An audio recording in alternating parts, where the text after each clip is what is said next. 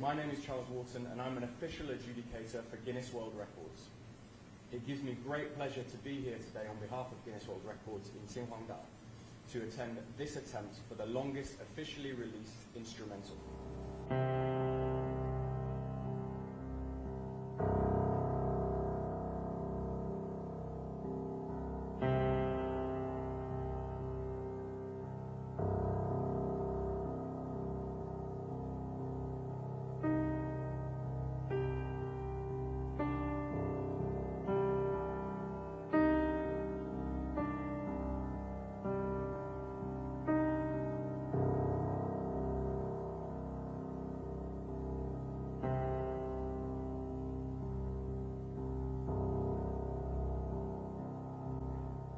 You applied for the world's longest instrumental composition. Yes. The record before yours was about 12 hours.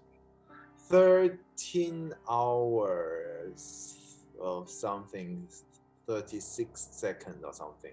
It was a vocal piece, and they created this world record for me because they haven't got any official record for any instrumental work. I see. So what made you want to become a world record holder? No, actually, I'm not really interested in apply for such like a world record or whatsoever. But I was encouraged by the local government here, so they thought it might be interesting to connect my project with this world record thing. So you composed the longest piece. How long did it take you to compose? Because obviously it takes 18 hours to perform. But to actually compose the piece, how long did it take? Well, actually, it's based on the whole piece was based on the musical sketches that I wrote throughout the 2020. Mm-hmm. And there were a lot of motifs that I wrote during our first quarantine lockdown in the UK since March. And then I just put them together, and actually the time of basically notate everything was within a week. Wow. Yeah, so it was quite fast. I mean, obviously I work every day for 25 hours a day, but then the plan of before notate everything was a bit long because I need to make sure that structurally it makes sense.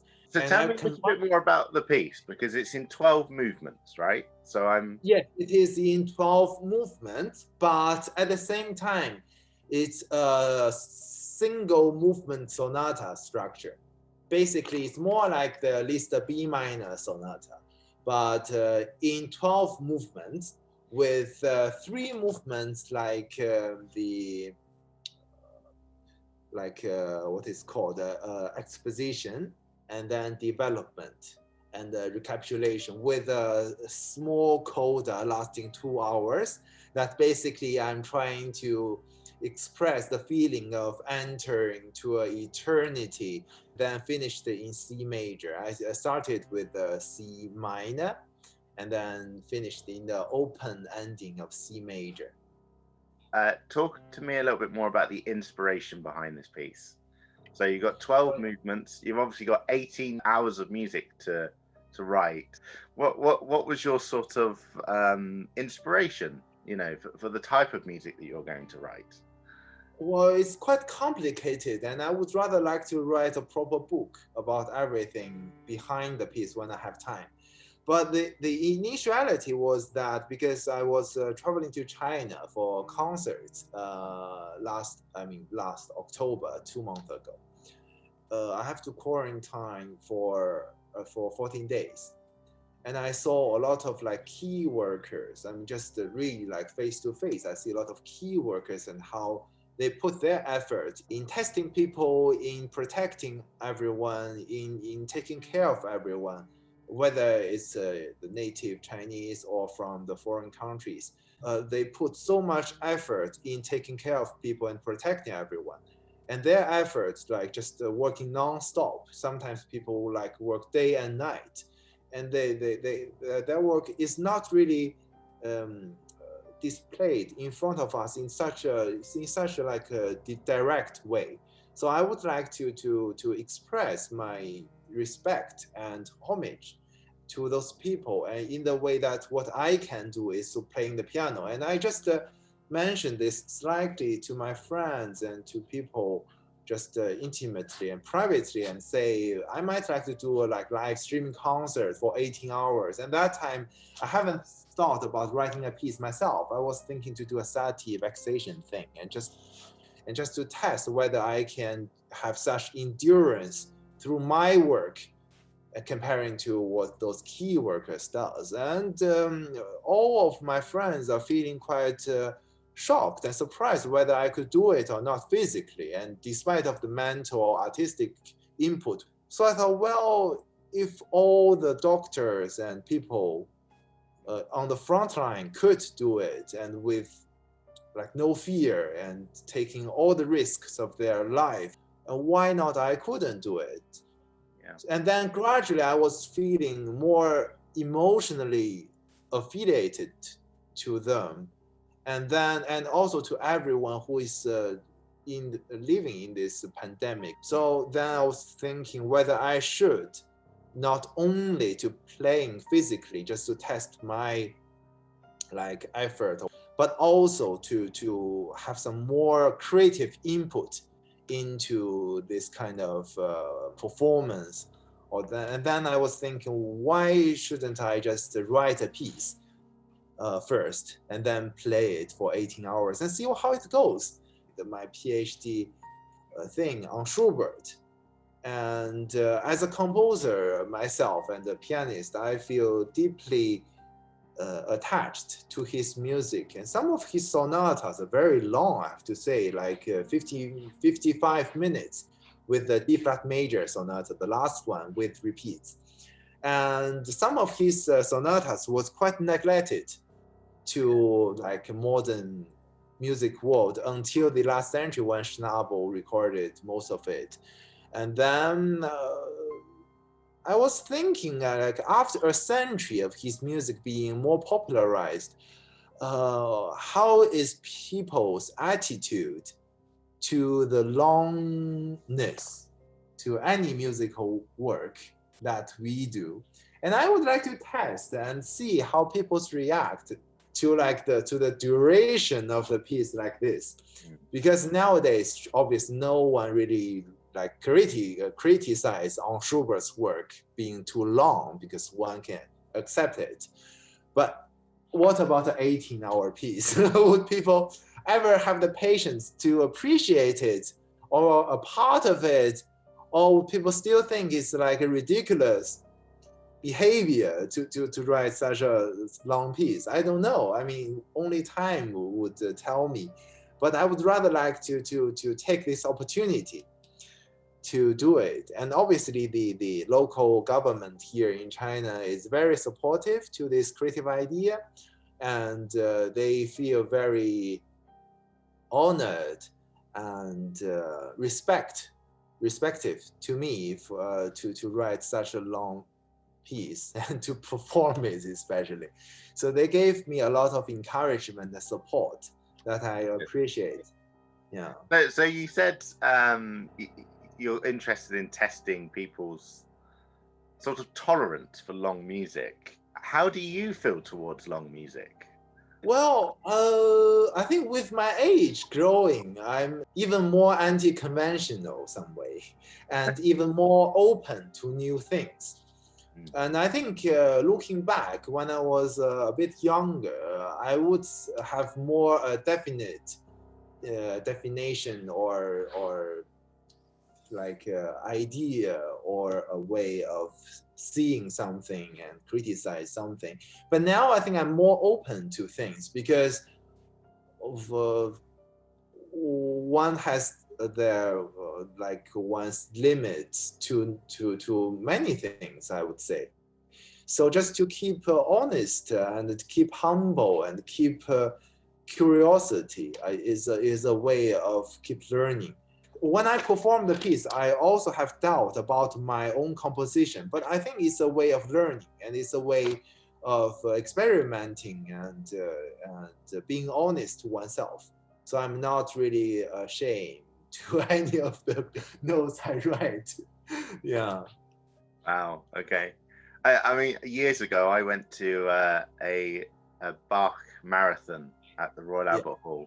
It was 9 hours long, and that was, yeah. I mean, obviously, Bach didn't write any music that was 9 hours long, but it had all of the cello suites and masses and Yes. works for organ, and that was. It was a different experience. It was interesting hearing just a whole day of music. So 18 hours is impressive.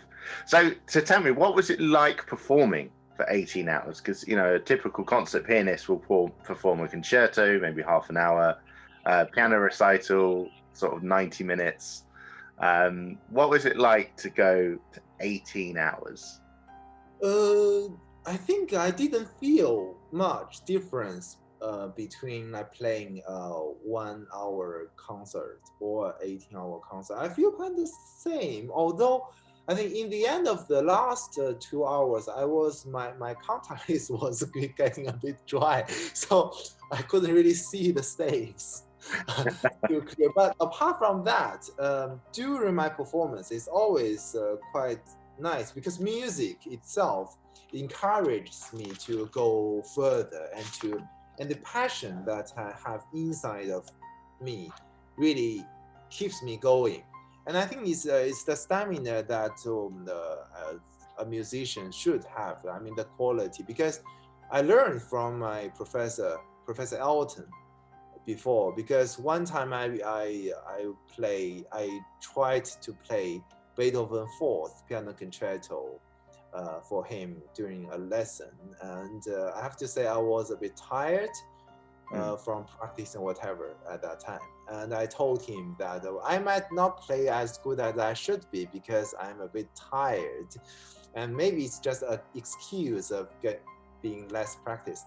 But then Professor Elton said, how could you get tired when playing such a great piece?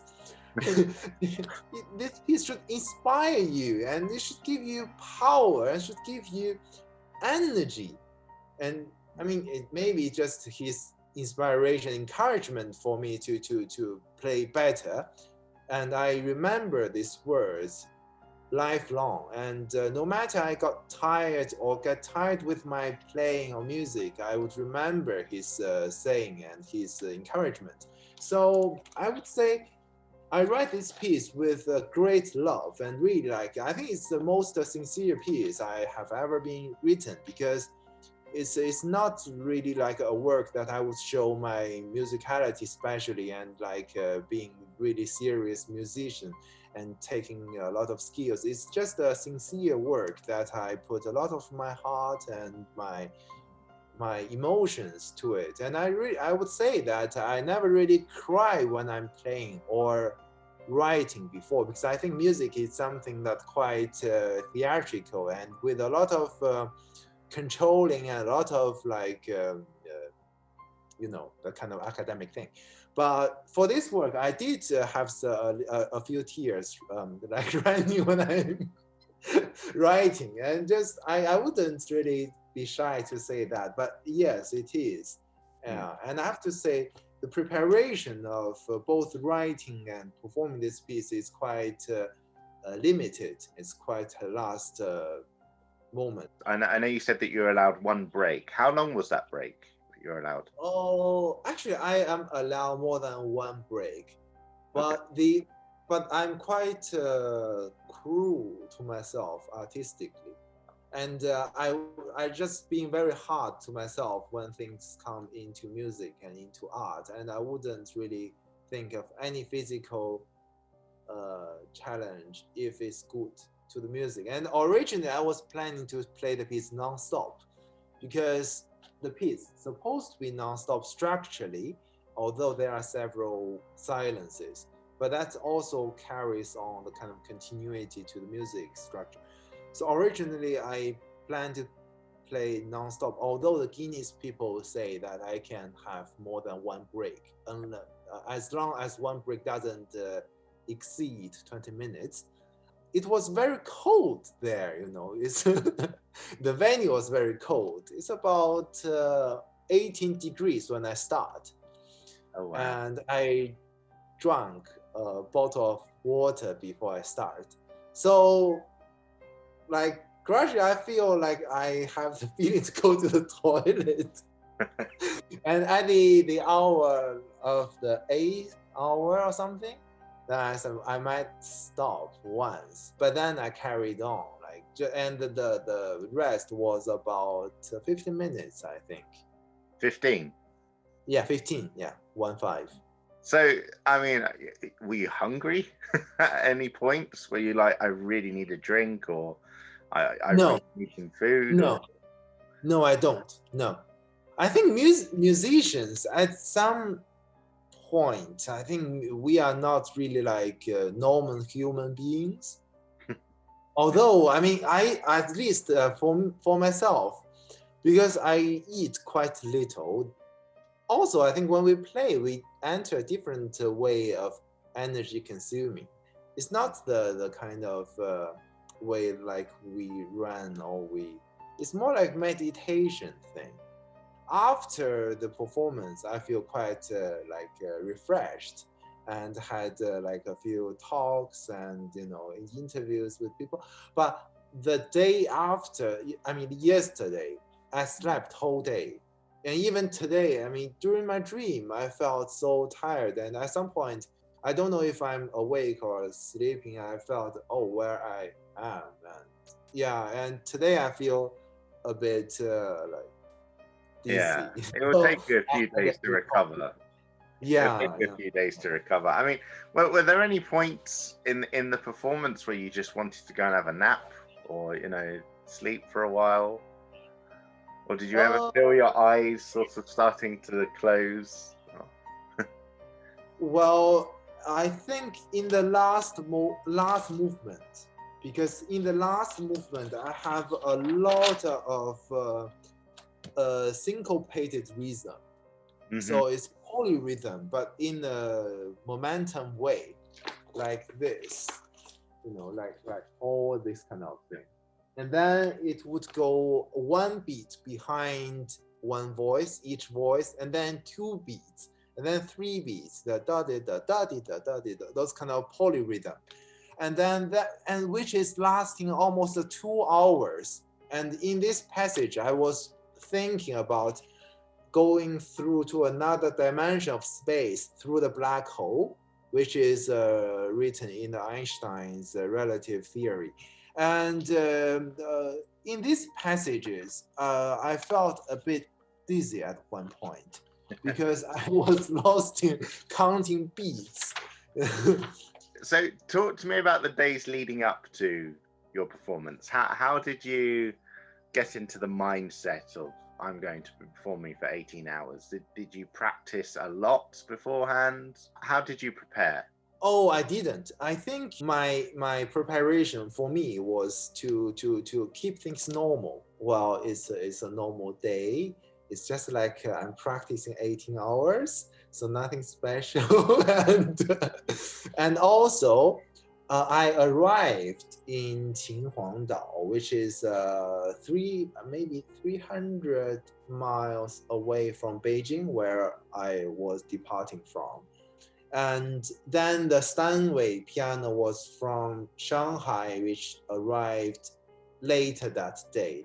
So basically, I was putting a lot of effort in making sure the piano is on the right place. I keep making myself not thinking too much about worrying myself too much physically.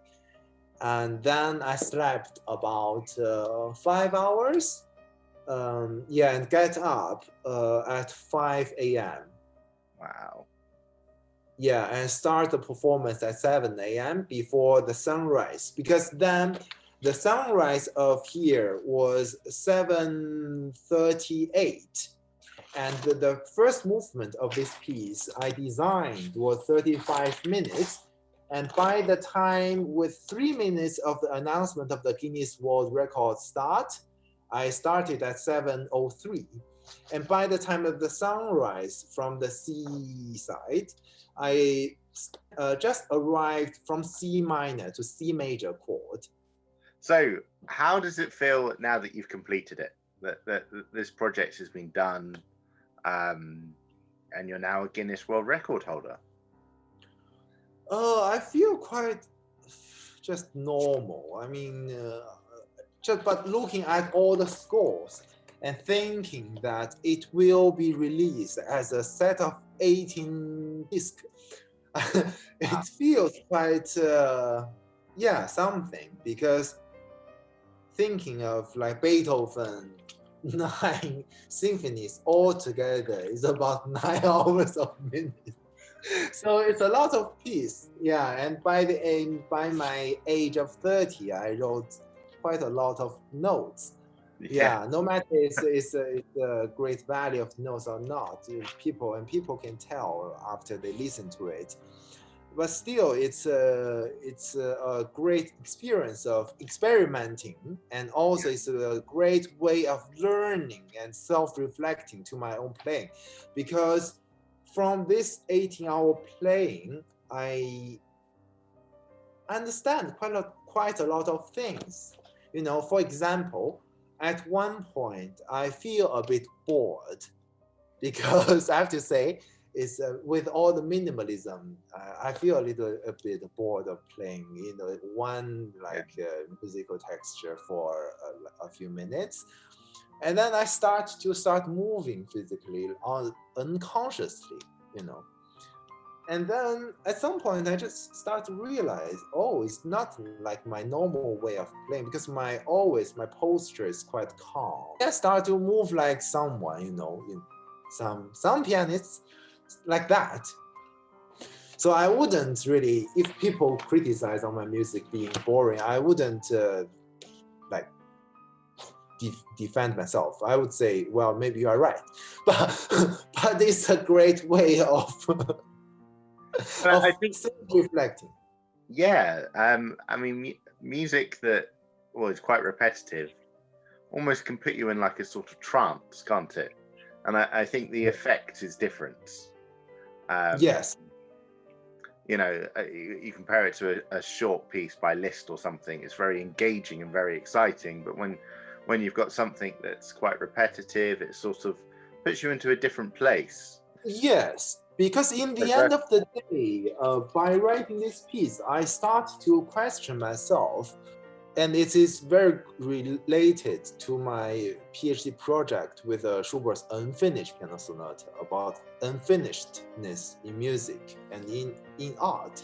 And I would be quite curious about to answer the question whether music should be finished, and how to define the idea of a finished work or unfinished work, and would music has to be in certain duration, because music in the end of the day is a sound, is an element from universe, and it's just a medium. So would it have to be 30 minutes long, a sonata, or can it be longer than that? And how to define a unfinished work, whether it's 18 minutes or 18 hours. I mean, it's really something philosophical that I'm thinking about. Tell me about the space you did the performance in. So what made you choose that particular venue? Tell me about the piano you chose, because you had it shipped in especially from Shanghai. The place I'm right now at is called Qinhuangdao, which is a city along the northeast side of China. And it's a summer vacation place along the seaside. Because I'm always knowing this area from Instagram or those kind of thing, when people would like to take pictures about it. And then I'm thinking, well, it might be a place to go, because seaside where we can forget about time and space. And then I just discussed with the local government, and they seems to be quite supportive to music and things. So that's why I chose here. And about the piano, it is because I always like big sound piano. It gives me a lot of a range of going from very soft to very big in a very short of time that I can go. Because if it's a modest, like intimate piano, then I don't have such kind of the space and the range to create a contrasting thing. So this piano is shipping from Shanghai and from the Steinway Asian headquarters. I have to say that it might be a new experimenting thing for piano, modern pianos as well. I would not know whether any other pianists have ever played the instrument non-stop for 18 hours. But the endurance of modern pianos was really amazing, and I'm really impressed by Steinway piano and how rigorous the quality of the instrument is. For example, this C note, the bass in the C, it carries on for how many pages? Let me see. For 14 pages. And it doesn't really go out of tune, and the hammers still works very sincerely after 18 hours. Because for here, I was more like imitating the electronic instruments, the kind of the continuous bass, and with very little like the hammering thing. It's more like a continuous sound with no like attack. Doing this piece made me a new comprehension to the instrument I play, the instrument that I play every day, because just imagine how the mechanism works inside the piano for 18 hours non-stop, and how the felt and strings and would work is amazing.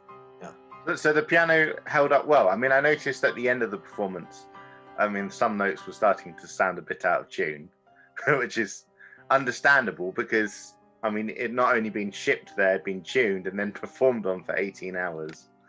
I mean, a modern piano concert, a tuner will typically come into the intermission, won't he, after 45, 50 minutes, touch up the tuning, whereas this was just continuous. I think it's understandable, as you said, and it's a nature of the piece, I would say, and it's a beauty of the piece. And what the other part of the piece is like, I would really like to question the perfectionism in the modern music industry, and whether it is right to be perfect all the time. And it's the nature of evolvement of the instrument after 18 hours. It's like being aged by people, and in 18 years, after 18 years, it's a natural way. And I enjoy the little out of tune G in the end of the da-di-da, a bit of out of tune, make the music even more lively, I would say. So I noticed in the room, I mean, they look like, I mean, I watched the YouTube stream, and I could see cameras, and they looked like a crew. What was the sort of setup? Who did you have in the room with you? We have audiences, live audiences. Like, I mean, it is like a library along the coast in the cultural community here. So, and then they have two separated area. The area that I play is more like a reading area, and they empty the whole space so that I can focus on my playing. But then in the back of me, they have 9 groups of audience. So they change every 1 hour or something. They change different groups, but they have been so quiet that I almost doesn't feel any people behind me. And the idea is to invite people from different industries from the society to come to listen to and enjoy the live music, and like from doctors, nurses, and also taxi drivers, and also piano teachers. So all the kind of different group of people. And it's also a way that I would like to contribute my effort to the community and to the society. Oh, it's really exciting, Ji. I mean, congratulations on doing that. That is a remarkable feat. 18 hours at the piano is amazing. Yeah, but I would rather like people to forget about this 18-hour, rather than concentrate on the music. And if people only enjoy 1 minute from this 18 hours, I would be really happy. Because now everyone seems to be talking about this 8-hour physical thing, but I'm not trying to making a stunt. And I would gradually upload both the entire piece and extracts from the piece. Yeah, because I do think there are several emotional moments that I wrote quite nicely. So I would share it to my audience. And I did have an inquiry from one piano teacher and asked, what is the shortest movement? Yes, the shortest movement might be the first 3 movements. The first 3 movements, everyone lasts about 35 minutes. Okay. Yeah. And I might have shorter version. Yeah, like what Max Richter did with his Sleep. So he did a shorter version around 90 minutes, and I'll be happy to do a shorter version of the piece, just to extract the most listenable movements, passages. Yeah. The good news is this concert will be celebrated. The Chinese Post Office is going to release a set of stamps celebrating and remembering this event. I mean, it's not because of me, but because of the stories behind the piece and all those things that inspires this piece to born. And I would say I did very little in writing or in performing the piece. It's the people and everyone who struggled or who make the great effort in 2020 that make the piece. And actually, UK is the place where invent the stamp, I would think. Is that right? I'm not sure, actually. I think, yes, the post stamp is from the UK, the tradition. Well, please send me a letter with the stamp. That'd be really cool. Yeah, with my face.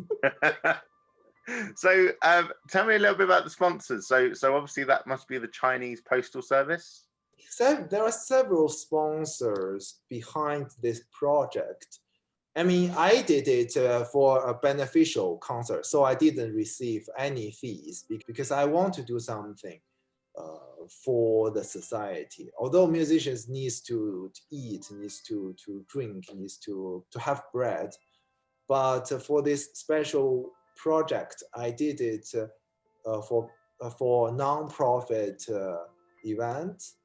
Yeah, so I didn't receive any fees, but they provide the best of the instrument, and they provide the very nice venue, and they provide all the kind of fancy camera works to document this what I call the experimental performance. And yes, I'm very grateful to all those sponsors who appreciate not only culture, but also the humanity around us, and to memorize this year and the music around us. Lovely, Ji. Well, congratulations again. But I'm hoping that people can buy the score from Mass Music Publications, so that we can keep music and our publication running. And Yes, this is that'd be great. yeah, yes. So you've got I feel quite. I mean, my hands are still okay after 18 hours of playing. I don't know if it's my way of playing and my technique that makes me quite effortless, or it's something or whatever. But I would say it's quite feeling okay now. Have you played the piano since?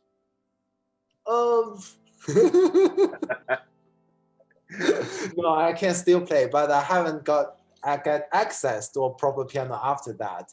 And yeah, but tomorrow I will keep back to my normal practice routine. Yeah, and hopefully I can still be able to play the piano. Yes. Yeah. Well, it's healthy to have, I guess, a day or two off after such a mammoth performance. Just tell me quickly what you printed 4 pages on A3. Is that A3? Yes, 4 pages on A3 and 8 pages. Fantastic. Good. Yes, I think it looks quite nice. And when It's you like, when you played, did you change anything? Did you add some notes in? oh Take yes, some notes I changed dramatically from the score. Yeah, I add a lot of notes, and I think this is what is called the magic of music. And I would, I mean, maybe from a publisher point of view, you might not like this, and you might not approve the practice, my performance practice, but. I think that at some point I would really like to write a book and write all the questions I question myself from performing and writing the piece. The one of them is about whether we should take the advantage of modern technology and to change a new way of notating and recording and documenting music compositions. Because I mean, Mass Music Publication is such a pioneering company, not only publishing the new music, but also promoting new music and documenting composers and the story behind the composition. And I think that is part of all the musicologists does with presuming what Beethoven think, Yes. and what Bach think, what Chopin think, with all different editions.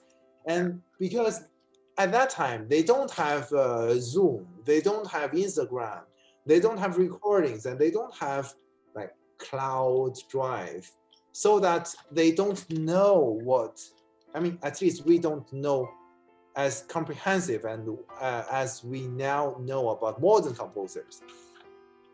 And being like honest composer myself, if I don't have time to write more things, I would say, well, yeah, it's in a hurry, so I don't put dynamic marks.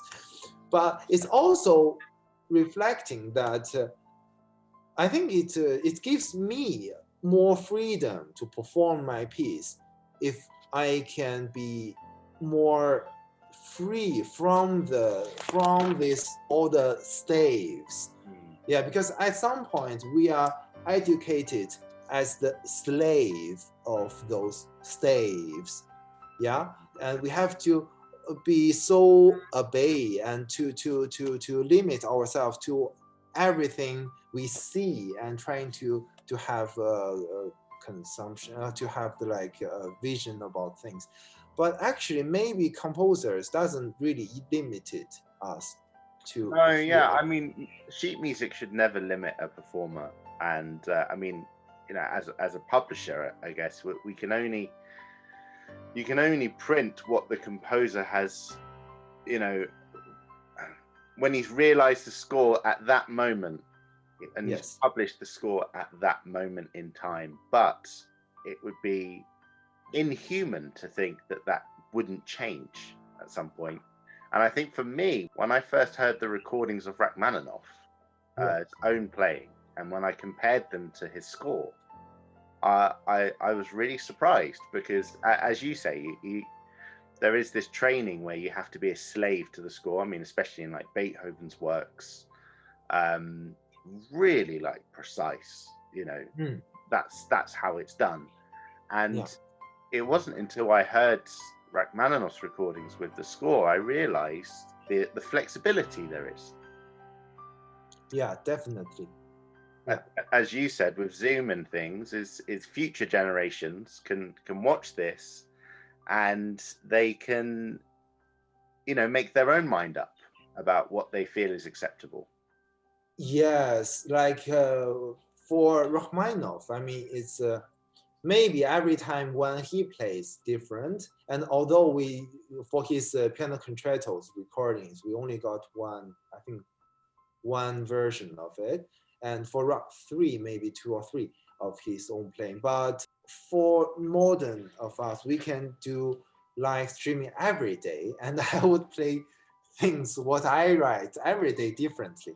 So that really gives like people after 100 years or 200 years, when the physical me is not no more here anymore, they can still get back and check if they still have the patience to and curiosity to see what Ji Liu would like. So if there was a musician sometime in the future that was attempting this 2020 piece, what advice would you give them? Yeah. No, I don't think it.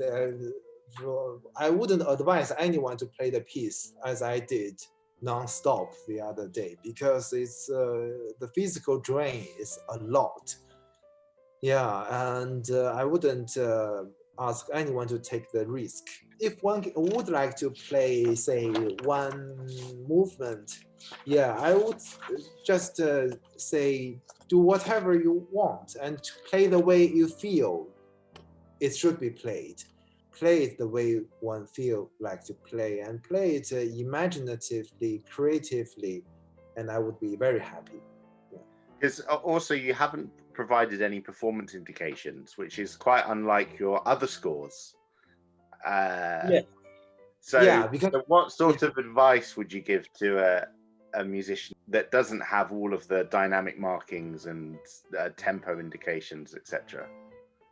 I did have several like metronome indications, so that if one follows this, they would end it up the piece being 18 hours or more or less.